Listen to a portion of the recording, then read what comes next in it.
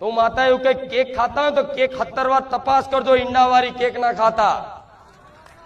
એટલે તો મારા ધામમાં કેક બેક બધું લાવવાનું બંધ કર્યું. મારા દીકરાના જન્મદિવસ નિમિત્તે આ બધા કેકો લાવતા. 4 વર્ષ પહેલા કહી દીધું કોઈ કેક લાવવાની જરૂર નહીં. તો કે ના, આ તો ચોખ્ખી હિન્દુની બેકરીએથી કેક લાવે છે.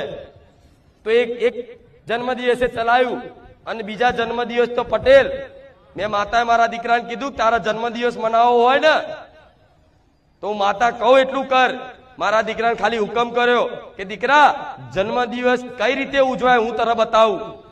તો મારા દીકરાને મેં માતાએ કીધું કે જા, જે પિંજરામાં પૂરેલા પોપટ હોય ને, પોપટ દેશી પોપટ જેના પિંજરામાં પૂરીને રાખ્યા હોય એ જઈને જો મળતા હોય ને તો કોકની જોડથી મંગાઈ લે અને મંગાઈ એ પોપટોને આઝાદ કરી દે. જા, હું કુખાર મેરડી આવું કહું છું.